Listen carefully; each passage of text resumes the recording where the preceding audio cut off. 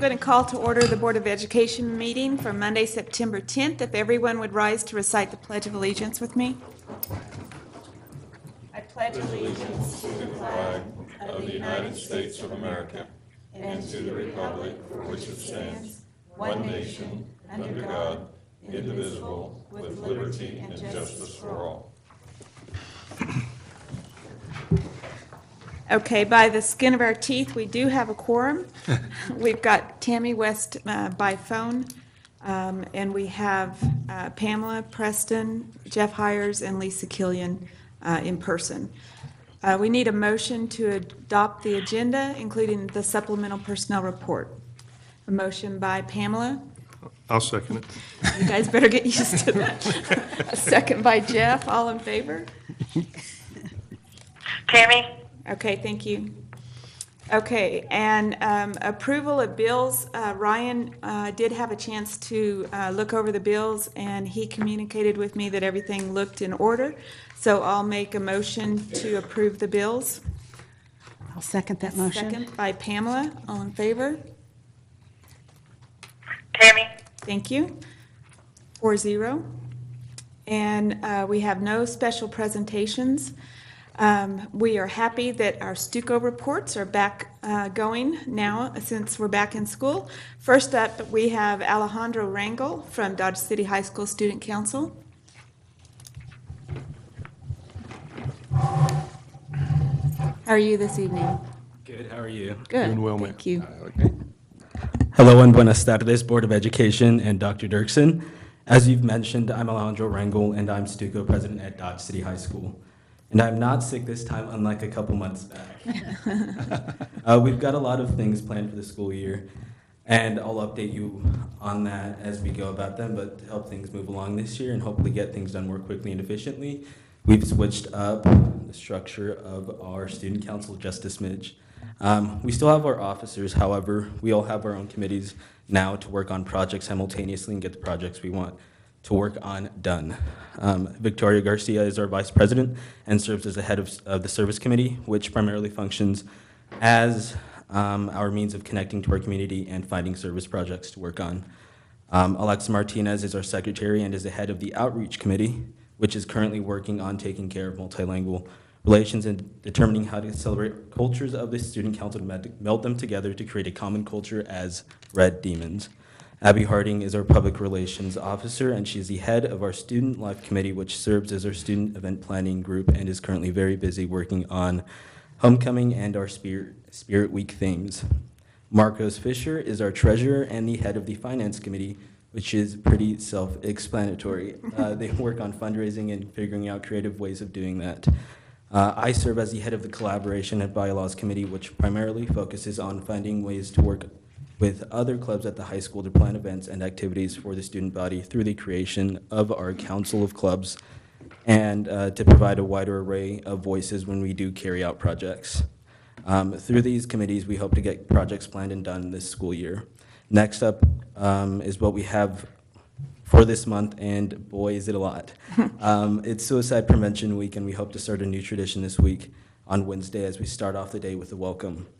Stuco, along with Talk, is going to stand at all the doorways of the school to welcome and compliment people as they come in, because everyone deserves to start off the day with a smile. We hope to continue this on every late start this year to continue spreading a positive message and follow through with our mission to make DCHS a better place to be. Lost my space. We'll cap off the week with a home football game on Friday with the student section theme being Yellow Out in support of suicide awareness. I hope to see you all there supporting our Red Demons and wearing yellow for an important cause. After that, we'll be busy planning for homecoming. We have yet to determine our spirit days, but we've got our committees working on that. Our student life committee is planning the homecoming dance with the theme being Hawaiian Luau.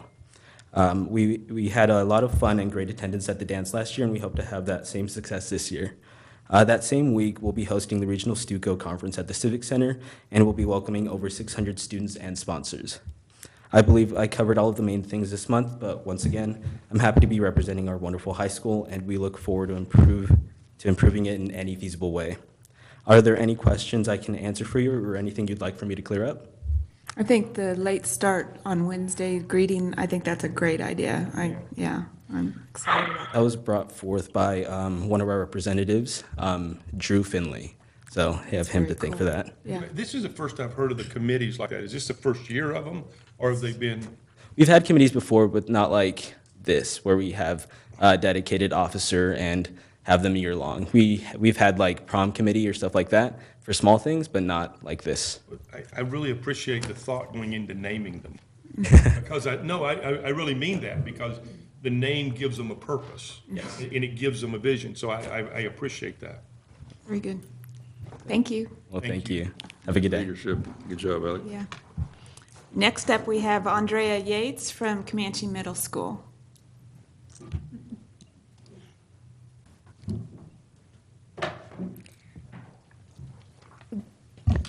Good evening. When you invest your time, you make a goal and a decision of something that you want to accomplish. Whether it's make good grades in school, be a good athlete, be a good person, go down and do some community service and help somebody who is in need. Whatever it is, you choose to do it. You're investing your time in that. Quote by Nick Saban. I want to take the time to thank the board members and all school staff for supporting the student body and seeing the good in all of us. My name is Andrea Yates, and I am an 8th grader at Comanche Middle School and the student body president for this year. Our student council is planning a back-to-school event, like an all sports event or a dance. We are planning Spirit Week for the week that we play DCMS in football. Our 7th grade football team beat Hayes last week for the first time since Hayes joined our league. Our cross-country team is doing very well and winning all kinds of titles and medals. At the next student council meeting, we will be discussing what events will take place throughout this year and make our calendar of events. Thank you for the buzz-in system. There are a lot of people that I don't want in the school, and they can't come in now because of this system. I feel a lot safer with this new system. I will have more to report next month. Do you have any questions? No, you did a great job, though. Thank you, Andrea. though. Thank you, and have a nice evening. Thanks, you too. Very good. Yeah, me too. Next up, we have Emily Alonso from Dodge City Middle School.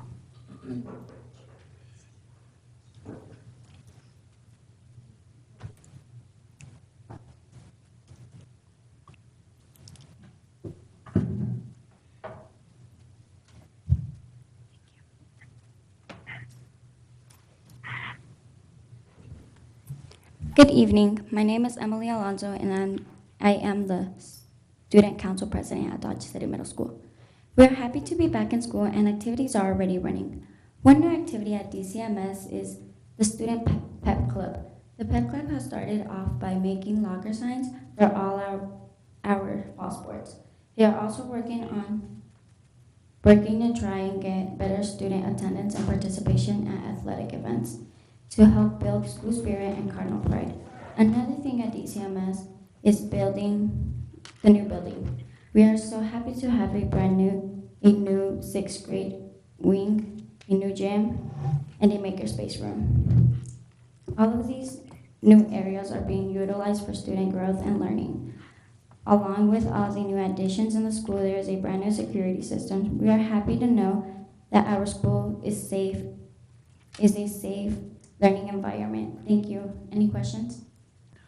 Excellent. You did a great job. Thanks, Thank you. Emily. Thank you. That just makes the meeting that much better. Thank you, Very guys. good. All right, recognition of visitors. Persons may present ideas or concerns regarding USD 443 schools. No action will be taken by the board at this meeting. Personalities and behavior of employees are not to be presented during this period, but are to be reported to the employee's immediate supervisor. The president shall determine the amount of time to be spent for citizen participation. If you'd like to address the board, please do so at this time. Seeing nobody, we'll move ahead. Next up, we have the consent agenda. That includes the approval of personnel, including the supplemental personnel report, approval of minutes from our July 9th Board of Education meeting, approval of donations to Dodge City Men's soccer program from First Dental, Platinum Motors, Family Practice Associates, Dodge Petroleum, Cool Enterprises, J&J Powerline Contractors, the approval of contracts with Instructional Coaching Group, LLC, and the approval of the Community Foundation of Southwest Kansas Youth Mental Health First Aid Grant application for the high school. Move that we accept the consent agenda. Okay? Have we, I know on the instructional coaches, you were going to invite other school districts. Have you got much play on that? I talked with Renee Scott, the curriculum director in Garden City. They are going to send staff. They're just trying to figure out how many, because they have the same grant that we do as far as the literacy grant. And then I reached out to the service center, and they're going to, so don't have any I don't have confirmation. Sure. But what we anticipate is once we have that, we'll set a cut date, and then I'll just take the total price, divide it by the number, and that'll be the cost per person per district. Yeah, pretty cool though. I like that. Sharing it. Yeah. Would you like to I'll second? second. We have a motion by Pamela and a second by Jeff. All in favor? Tammy? Okay, 4-0. And next up, new business, curriculum and instruction. Dr. Springston. I'm glad you removed that. Good evening. Well, I made a tactical error, so I'm going to make sure next time I don't do this. I'm not following those students because it's just going to be a letdown for you. So we have But some who can compete? tremendously talented pretty- students as I'm learning each and every day as I go through the district. I would say also with our staff. Today was a tremendous day for learning. I mean, we covered we covered 4 topics in a lot of depth today throughout the district. And so I know this is not the topic, but I want the opportunity to thank, the high school for hosting today, our training, but also their support staff to get it ready. But all of our principals for the continued focus within their building, and our instructional coaches, because they did a lot of the professional development. To be able to have that talent that we do in our district as a resource is a tremendous asset. And then also our outside consultants that came in to assist today. So today was a busy day, a good day. So what I'm here to present to you is part of our conversation we started at our last board meeting, and that is our roadmap for our 5-year strategic action plan. And as I presented to everybody when we were at Miller, we talked about one of the first things that we need to do is to get stakeholder feedbacks. Our stakeholders would be internal and external people, whether it be our parents, our community members, our businesses at large, our staff, as well as our students. And finding the right tool is as important as asking the right questions, but neither of which are as critical as what you do with that data. And so I started this process. There was a company that, in fact, Dr. Dirksen had recommended to look into because he had come across and said, this is a new way of doing surveying our community. And so when I called them and I started to talk to them, I was very impressed with their methodology. I've been involved in what I call linear type feedback loops, which is more where we develop the questions and then you put it out in the field and collect the information pretty much on the topics that you design. I started to look at this company, and then I started doing searches to see what are the competitors out there. I was able to come up with half a dozen to well, it was more than that. It's closer to 10 companies that it looked like might fit this kind of model, and then weeded it down to the top 3. So what you see in this comparison would be the top 3 that I think are closest. So the model that I'm presenting to you is one in which it uses more of a community thread format instead of a simple question-answer response and then coding those answers. And so with this company that I'm recommending, Thought Exchange, they will put out a guiding question, and then that question goes to our community using electronic database. It uses a website, but it's very mobile app friendly. So it reduces somebody to have to go to a computer. They can use their phone anywhere, take it anytime. What it does is it follows a social media platform. So we post a question, and if one person were to respond and say, I think in the district we need to think about start times for school. That response is brought up, and then the community members who are active and look at it have an opportunity to respond to it. They can rate it with a 5-star rating, 5 being the best and 1 being they don't like that idea. But then you see that thread of conversation that happens.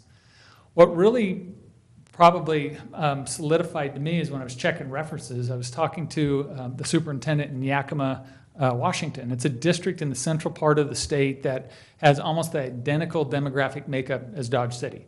It's very rural, ag-based, labor-based. It looks like us, but they're bigger. And I was talking to the superintendent, and he said, I asked him, I said, so prior to using Thought Exchange, what was your participation rate like? How valid was that data? And he goes, literally a district our size, if we got 24 responses to a question or a survey we put out there, that's about what we were averaging, 24. And a district of probably 10,000 students.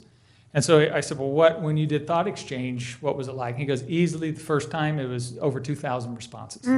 So what they saw was a tremendous increase because, and when I talked to the superintendent north of Corpus Christi who uses this, he said it changes the ownership of the conversation to the community and less about the school district pushing it out. In other words, it removes bias and it lets us get unbiased feedback from our community saying, what are those areas? And we may know some of them, and there's some that we don't. And that's the purpose of putting that survey out. Some of the other things that I looked at that we vetted was data ownership. Because to me, it's important when this data is out there, who does own it. And so I heard back from Thought Exchange. The other 2, I did not get a response back. We own that data.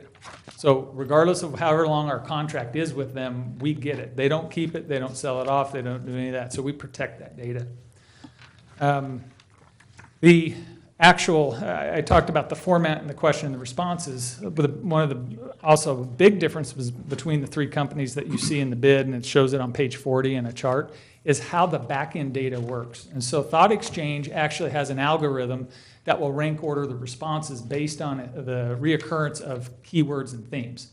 So it's a mathematical formula that they use, and it will put it up there. The other 2, and I've had personal experience with one of them, but in one case with the company called Pound the Table, we have to go in and create the tag clouds. In other words, what are those key words that we're looking for? And then that way it will then rank it by what we're determining are the key things we're looking for, not the unbiased way that Thought Exchange does.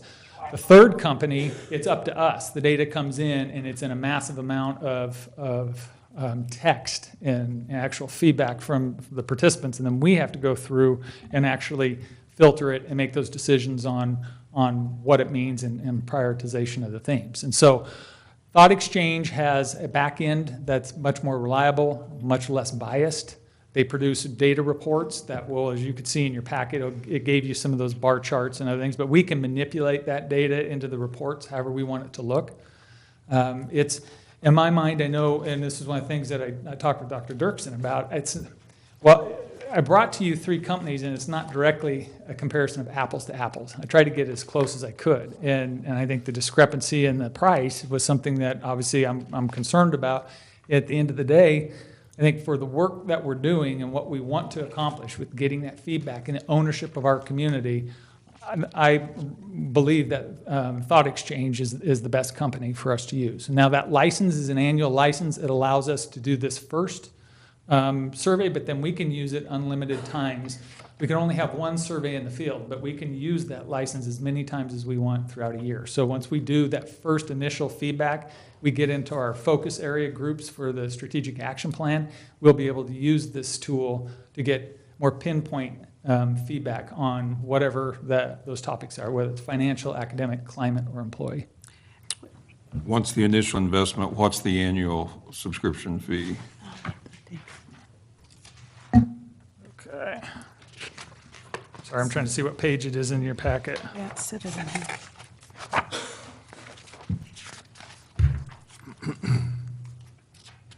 Is that my computer?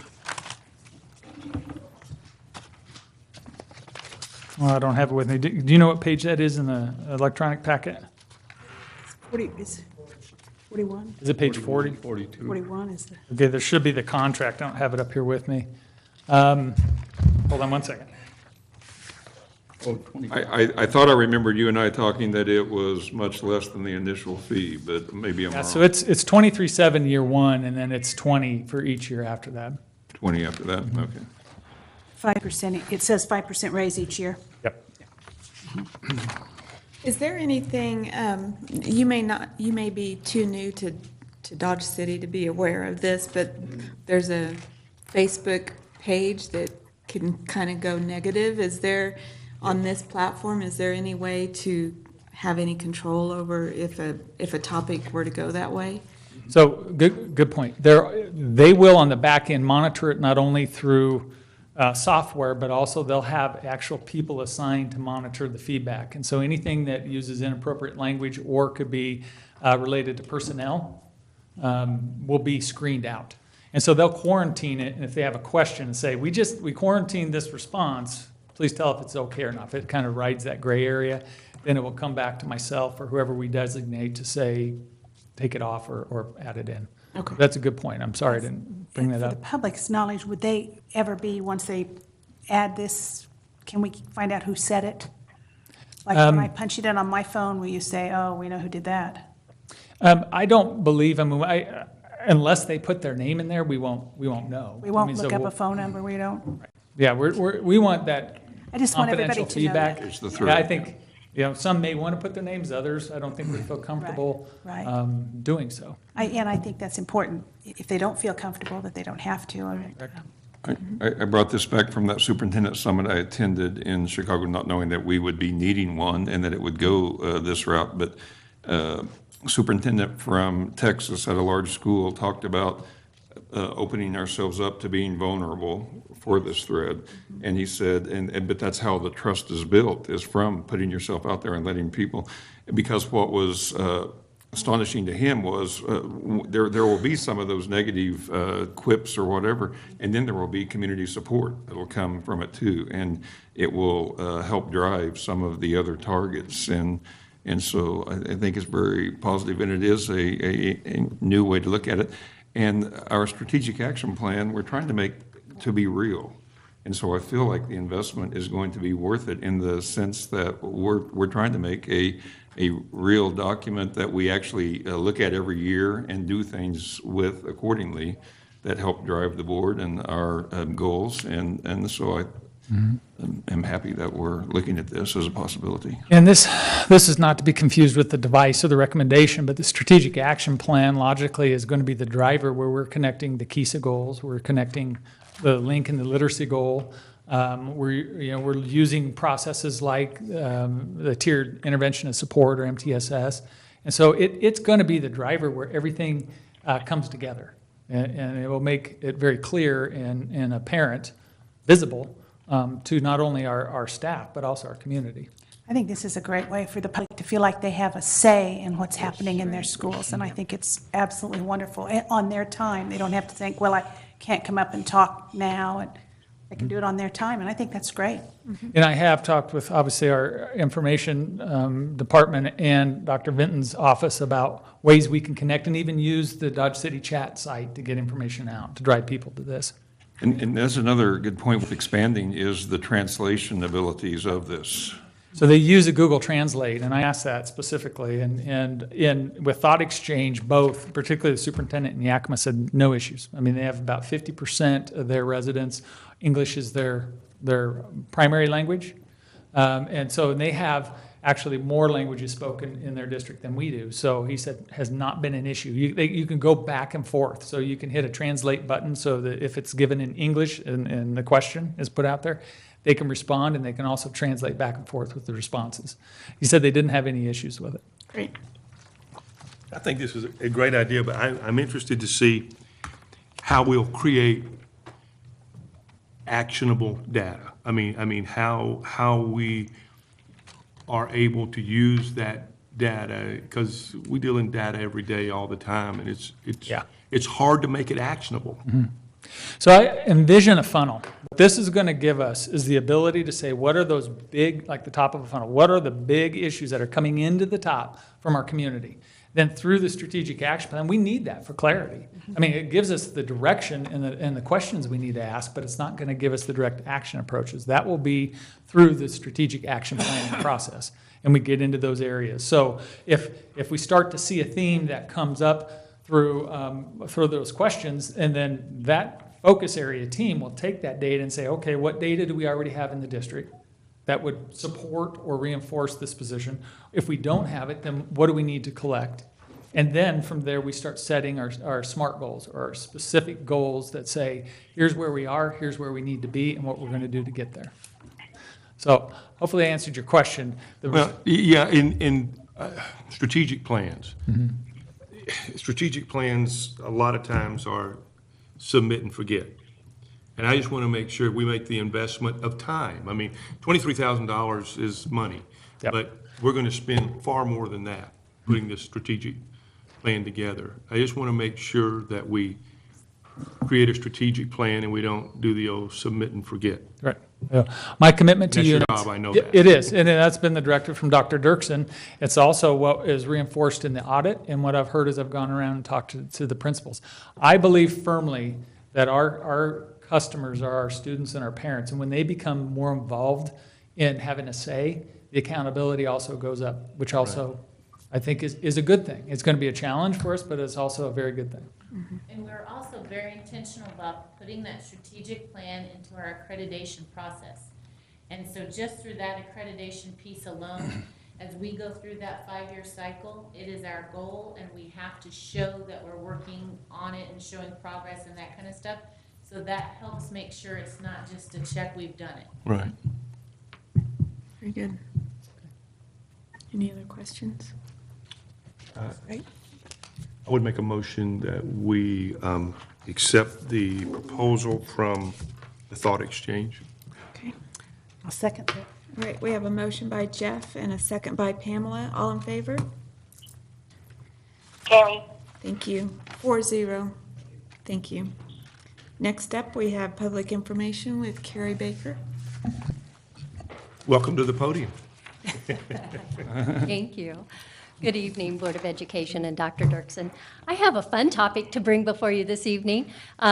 We have the consideration request for the position of the Dodge City High School Alumni Director. And I think if you think about the background information on this, key leaders have determined we really need an alumni director to get the program growing and moving forward. And we are pretty confident that we have the right person with the right amount of passion and tenacity for this position. The current considerations, the Dodge City High School alumni position is vital to grow and maintain that relationship with Dodge City High School graduates, and we have some work to do with that. The expected outcome is an increase in scholarship funding, alumni events and participation, and collaboration between our career pathways coordinator and students and our Dodge City High School alumni. Maria Kane is working with the Career Pathways, and she really wants to utilize our Dodge City High School alumni that are in our community to make those connections, to learn more about internships and those type of things. So we'll also be tying this into that particular position as well. Also, the focused effort to build school pride aligns with our current initiatives to increase USD 443 presence in our community. For the financial considerations, the compensation is requested for 12 months. During the summer, there will be dedicated efforts for the annual Ring of Honor event, and the alumni director's compensation will be funded by the current alumni fund, which we have a balance of $64,000 in it. Where did that fund come from? There was one donation that was made that was fairly sizable, and then there have been donations along. If you go on the website, you'll note that you can make some donations to the Alumni Association, and so we have some funding from that stream as well. As Dodge City alumni, I would like to know that website, and I think a lot of people might, so. So we have a lot of work to do there. We're getting I've started right never away. known there was one. That's why we want a dedicated person for this particular I think position. that's a great idea, but do you Okay. have that website available you could share? We are in the process of getting a new website, and then this will also be a part of that site. Okay. Okay? There will be, we're hoping that it's a little bit more user-friendly for sure, But Ray is a genius, and he can go in there and get all of the data that has been in there before, so we're pretty excited about that. He's been getting information for myself and for the new alumni director. So. Now, Carrie, this is an opportune time for me, having just helped the class of 1968. I'm not a member of that class, but my older sister was. And We'll note that clarification. All right, that was a nice shot. That was great. That was excellent.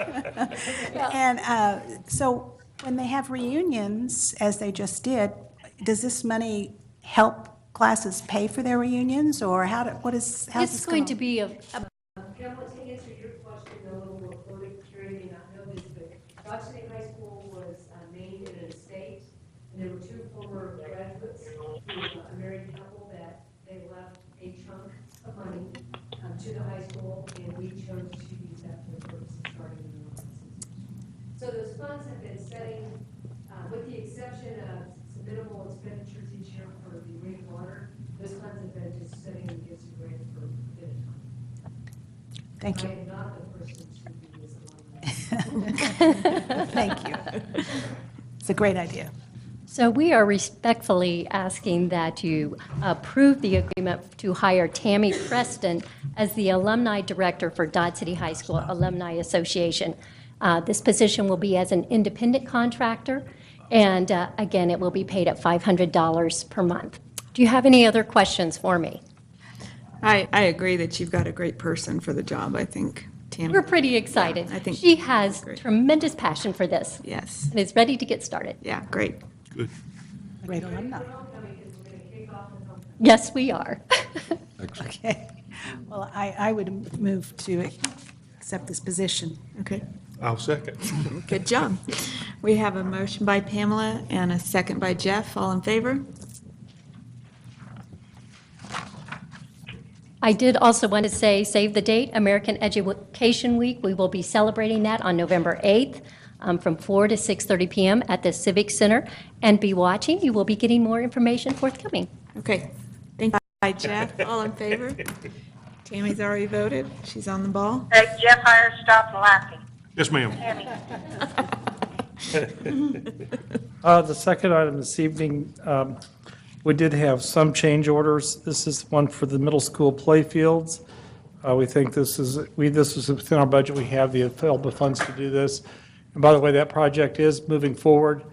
And I just want to report that while my great niece was here, we did walk that area. I knew that was a big area. I didn't know how big of area. But I did make it back. I did make it across the whole thing and back, so I thought I was doing pretty good on that. But if you haven't seen it, you ought to drive by and take a look at it. As soon as we finish the concrete rims around the fields, we'll bring in the turf people. They estimate about 8 weeks on each turf. Some of that will overlap in time. So again, we're hoping if the weather cooperates, and I never say I'm against rain in southwest Kansas. I've learned that. I've lived here long enough to know. But we anticipate they will be done this fall. So. And Bill, on that, did we have a fence already in the plan for?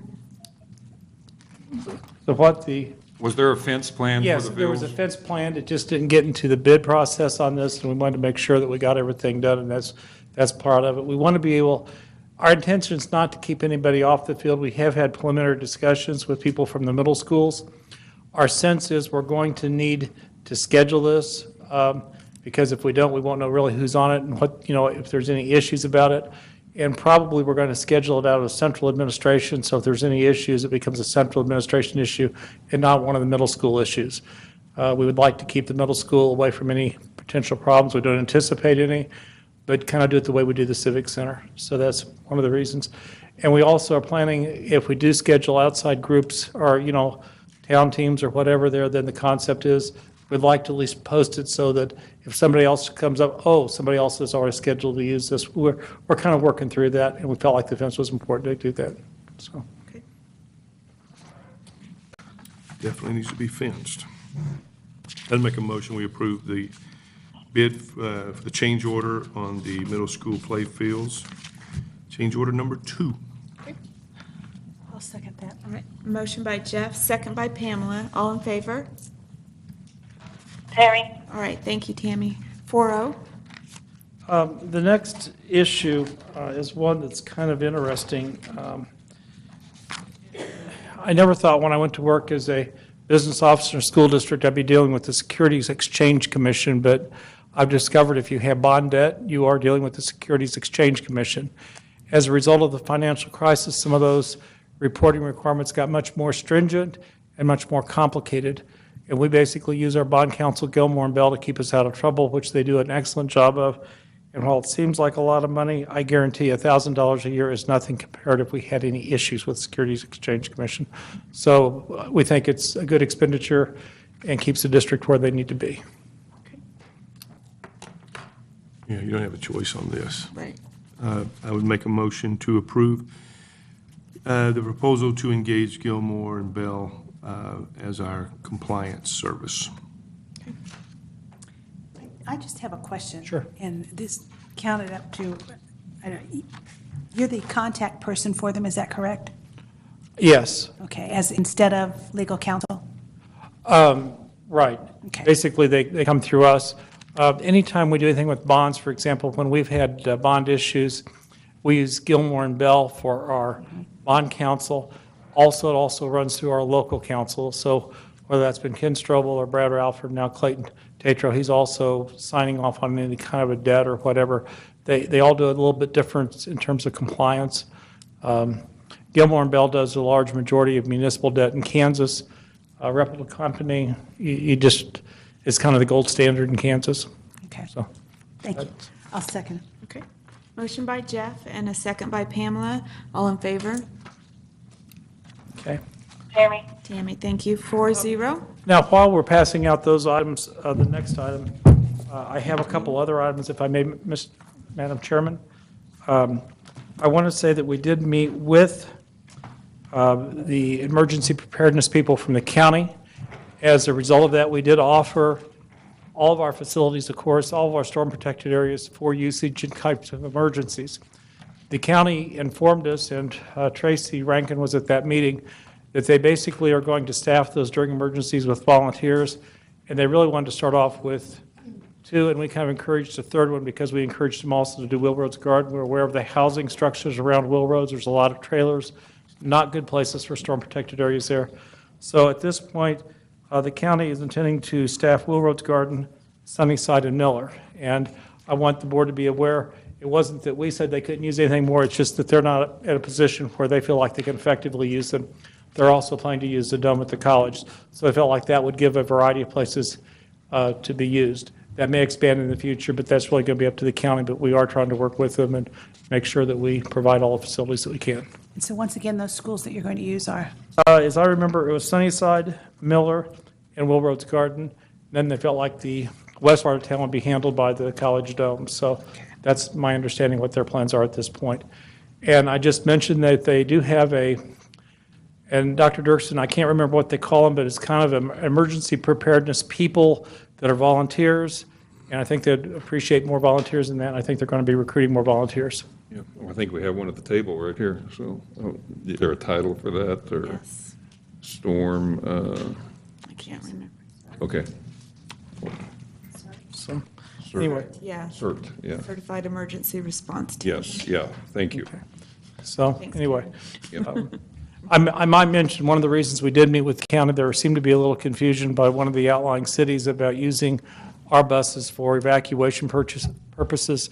We really don't have individual agreements with any entity because in times of emergency, we look to the county emergency preparedness to direct us what is the priority. We respond to their request, and we think that's the most effective way. Somebody may need services, but there may be somebody with a higher priority at that point. So that's how we have worked it, and that's how we're going to continue to work it. Did I say that all correctly, Doctor? Yes, and I think that's consistent with other counties and how the operations work. When there is an emergency, the county emergency team would be the ones that eventually are in charge, and we want to respond to them, not have an agreement with another entity or whatever, and be limited on what we can do. So we're going to stick with that plan, and I think we clarified that at our last meeting. Okay. Good. This next item, and Dr. Dirksen, after reviewing it, has determined that he'd rather have it be just a discussion item this evening instead of an action item, which I don't disagree with a bit. It's kind of a big area and a hairy area, if you will.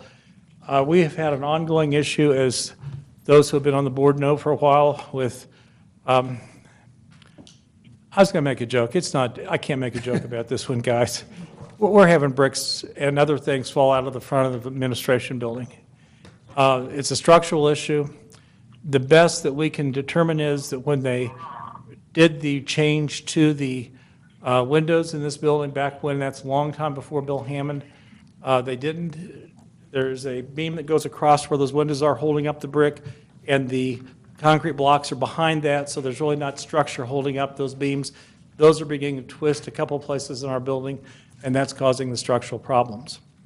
We basically have tried to keep a good handle on that, and we have reported to this board in previous times.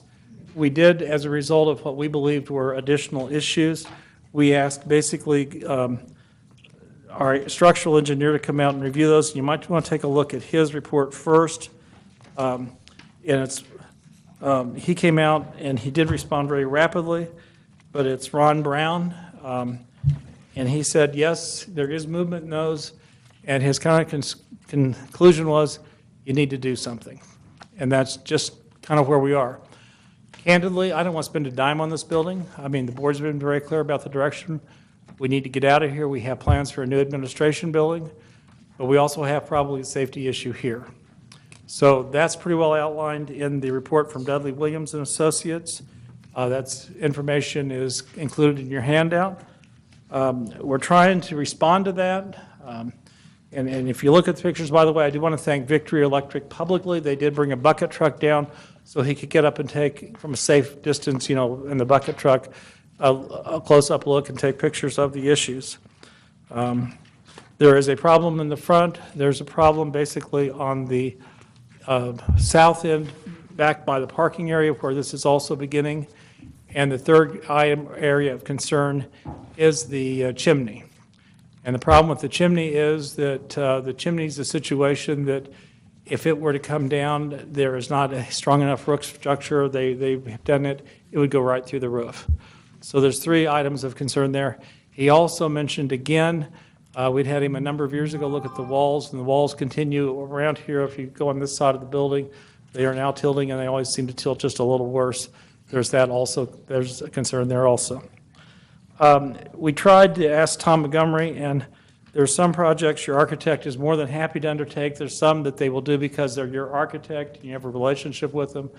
The problem that we have in this is until it's completely uncovered, until we get all this stuff off, we really don't know how extensive the damage is, and B, we're not really sure how to go back and fix it. Buildings of this vintage had more than one way that they put the brick veneer on outside of the building, and depending which way they put it on, it may be more complicated to take off and it may be more complicated to fix. We just don't know that. We won't know until it's taken off. That's kind of where we are at this point. It's not news I'd like to bring to the board, but as I told my wife, I said, there's some things you just have to report whether you want to or not, but it's a problem and we probably need to look at it. What did we spend on the engineering? I don't even know. It wasn't a large amount, probably $2,000 or $3,000. I don't know. It's a travel out. Was it $3,000? Somewhere around $3,000 for the engineer to come and take a look at it, which I thought was where we were going to end. And then this report came out. And it isn't funny, but my joke has been it's a live version of Jenga that we're playing with this building, because you pull a brick out and it's all going to fall down on one side or the other. So, and that very well could happen. The thing is, I don't want to spend any money on this building, and I want to repair what needs to be repaired when we need to. Worst case scenario, the chimney completely falls over, and then I tell Bill, darn, we probably should have fixed it. I just was trying to get by 18 months. And Well, the safety of our people is the most important thing to me, but I really am against spending $65,000 to find out what needs to be fixed.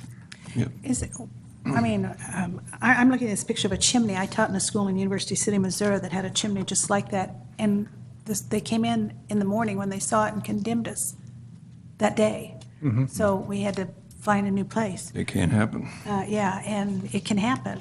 Yes. I think we need to look at this, if it's this deterioration and we don't want to spend a lot on it, what other options do we have for this group of offices to go someplace? Well, and that's a good question, and we have discussed a couple, but I'm not really high on anything we've discussed so far, because the problem is, with us hopefully speculating that we're going to move in 18 months, I hate the idea of moving twice, and. Well, but that's a lot better than having the chimney come down on us. Well, The reports are gonna come back and they're gonna be 7 figures. That's a guess, but it's gonna be between $500,000 to $1 million to fix the thing. And then we're really gonna have I don't think we're quite that high on the areas that have been I identified. can't even imagine though, once you tear into an old building. I've done it before and Now- something comes up every day. I do need to put one more thing in this, because in Tom's proposal, you'll notice it's not just architectural fees, it's also engineering fees, because whatever he does, they go to an engineer, get them approved. There's also, let me get this right, basically ICE, which is Integrated Consulting Engineers fees there too. Now, why is that there? We're talking about bricks, right? Well, it's because if you look at our boiler is not an atmospheric boiler. What do I mean? That's a boiler that you basically just heated, and the stuff, everything went up the flue, and that's the way it was. Probably 30, 40, 50 years ago, this boiler was changed where there's a blower on it, which is standard operating procedure today. Current code requires if you have a blower system on a chimney, you're supposed to have the chimney lined. Ours is not lined, of course. And everything would have to meet current codes. Anything they do to this building today has to meet current codes. So let me ask you, if we pull a permit on this thing to build on it, aren't we going to be subject to ADA? Aren't we going to be subject to every new regulation that comes down the pike? Jeff, I had that discussion with Brad Ralph literally years ago when we started talking about this whole thing. We are not in compliance with ADA. No. And ADA cannot be grandfathered in because ADA is a right. It's not a building code, it is a right. And you cannot grandfather in that somebody doesn't have the right to come in this building and do business. Now, I'm going to commend both my staff, the staff of HR, and every other group. If we have somebody who comes to our door who has a disability, we bust our tails to get down there and take care of them without making them get on the elevator or come up the steps. Well, I'm not worried, I understand that. Yeah. But I'm saying, once we pull that building permit, I don't think it's, okay, I would I like will the ask, city to tell me I'll ask legal counsel on that, or I'll ask our architect, whoever I need to ask on that. Clayton's over there, so I'll look at him in a little bit. Because we have to be compliant to ADA because we pulled a permit. No, we're already supposed Somebody to be. correct me, but I want somebody Sure. to tell me this because I don't want to get a surprise. If somebody complained, for example, when you did your superintendent search, and if you had somebody apply for the job who was in a wheelchair, and he said, you really can't accommodate me because our elevator does not meet ADA, I would not want to have tried to defend that lawsuit. Right. You didn't hire me because. But all I'm saying is. I agree. We don't have to do ADA but once we start pulling building permits, it opens up Pandora's box. I'll ask the And question. so I may be simple-minded on this, but because we're looking at a timeline that is short-term, why can't we operate until we come to a situation that is as significant as Pamela described? Why can't we operate on, if we have problems in the front, we'll tend to the front and patch it so that we can get through to when we move up to the Civic Center? And then hopefully when we walk away, we let the building crumble. I mean, I have no intention trying to keep it going, and I just don't think that we want to invest our resources in a building that we know we're leaving. Right. And we're leaving for the very reasons that this report is explaining what we have. We knew that already, we didn't know the extent of it. And I just believe, I come from a farm. Baling wire and duct tape serve a purpose. It gets you through to the next harvest, and then maybe things can be better. I do value the people who work in this building, and I would not want anything to. Well, I don't either, but I think we need to, I appreciate not doing anything to it. I understand that. But I think realistically, we need to look, because 18 months can get real long, come windy, ice and snowstorm weather. Maybe we need to look realistically and start thinking, what alternatives can we Well, I've only heard two, and I didn't like either one of them. Shift out, is there a building? I haven't found any alternatives on this one that I like, and this is one of those things, this is one of those reports, I just soon not be here presenting, but you as a board and the public have a right to the information. And I think I've always been pretty forthright and transparent in that, so. Now, one option. I'll tell you though, Tom's bid shows that he doesn't want to work on it. Well, That to me is asinine. What his bid, and what we did is, we're trying to do this on time and material. Our time, basically, hopefully, it will be a lot less than that. He's trying to basically, what's the worst-case scenario? That's what that bid is the worst case. But Bill, we've given this company so much money. I mean, they've built so many, designed so many buildings for us, and then $65,000 for a building we're gonna walk away from in 18 months. And that's just a plan. That's not even getting anything done. I'm not trying, I'm just That saying. can buy a lot of duct tape and baling wire. Okay, I reported that there are the two proposals that Bill, and he was brainstorming, and I give him credit for that. You have to bring us this stuff, and I know you do. Right. But a third idea that, and I'm only thinking on my feet as we talk, and we've got to come up with more ideas. But if we had to, people, if we have a condemned building and we had to move out of here, we could displace and relocate into Civic Center itself if we had to until the building was built. Yeah. I mean, That you have to think of something, because one idea was the basement of Sewell, but the amount of dollars it would take to put into Sewell would far exceed the value of trying, and if it worked in Sewell, why did we build an administration building? Right. And the other idea was displacing the learning center. I The, didn't like that idea at all, because we need the learning center.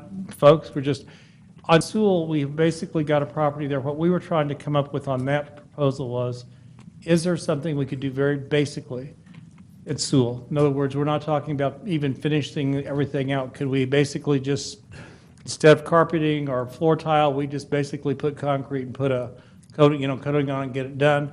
And is there something we could do with Sewell, which the most logical long-term thing is probably some kind of classrooms? Could we design it in such a way that we're basically not going to waste money? If we put restrooms at the bottom level of Sewell, whatever we do, we're going to need restrooms. So at least we're not just throwing money, good money after bad. That was kind of the concept. I guess I kind of like Dr. Dirkson's idea. If we're going to displace this building, go to the Civic Center where We can we do only that. have to move the stuff. We already have restrooms there, Yeah. and we're wanting new restrooms at the Memorial Stadium. So, it just comes down to where we're going to spend these dollars, and I think Hennessy Hall, I don't know if that. we have is Hennessy that. Hall, and there's issues there too, but we're talking temporary. Right, and- temporary, we could, Yeah, but I do think we need to start looking at what's here that we don't need here, that we could pack and, in case you have to exit early. Early exit strategy. I got a lot to think about, and I wasn't thinking about having to Pack it up. follow everything early, so, anyway. I would hate to spend another money on this. Yeah, I'm not in favor of that. and I'm not in favor of it either. I only, and I told Bill I wasn't going to support this, but I did want Bill to present it because he is right. He Right. has a duty to Right, share with and us I- the yes, I problem that's could been do brought to him, and so we'll have to continue, and I don't think we're any more prepared for a decision than just the information that we've given you. Right. But it's obvious from the voices I hear that there is concern on all sides of this. Mm-hmm. Get that building built. Yeah. Yep. Build faster. Can we table this, can we table this till next? Yeah, we are. Or- And we'll come back to you with more information, okay? We will, definitely. Yeah. Because Thank you all for not hanging me out. We appreciate But it. we don't have our pea shooters here. Yeah. But it is one of those things, there just aren't good options, and we realize that. And I want to also share, the board has expressed concern for the staff that work here and the public that come here. And I want you to know administration has those same concerns, and we have them every day. And we do live in this building, and when you finally pull the trigger, I don't know what that time is, but we'll sure try to come up with some better options. But today, I can't tell you what they're going to be. Yeah. So, Right. Thank you, Bill. do you want to make an official thing to, go ahead. But I would like for somebody to check if we pull a building permit, does that make us, I will refer that to both legal counsel and to Okay. our architect, so we'll get that, thank you, sir. do that. Thank you, Clayton. Okay. Thanks, Bill. As he limps back to his chair.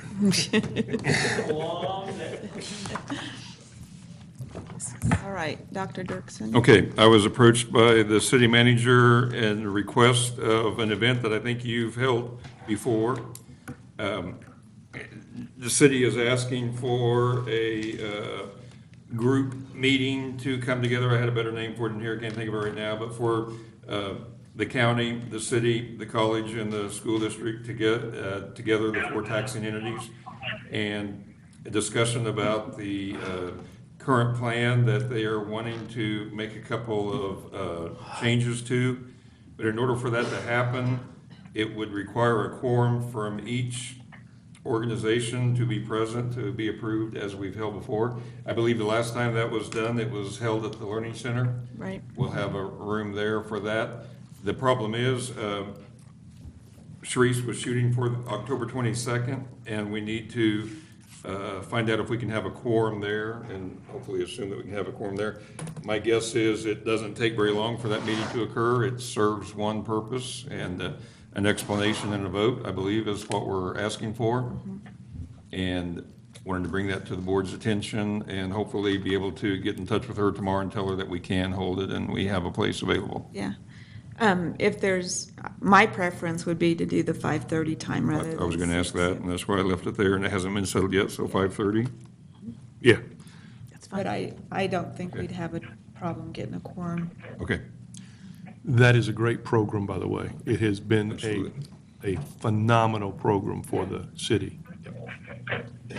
Definitely would be supportive as well, so I will check with that. There's no action necessary for this item, however, the action is that I do need to have at least 4 of you there, so. Okay. Okay. Carrie, Tammy. Thank you very much. All right, we have Board of Education member district responsibilities, Park and Rec Advisory Board.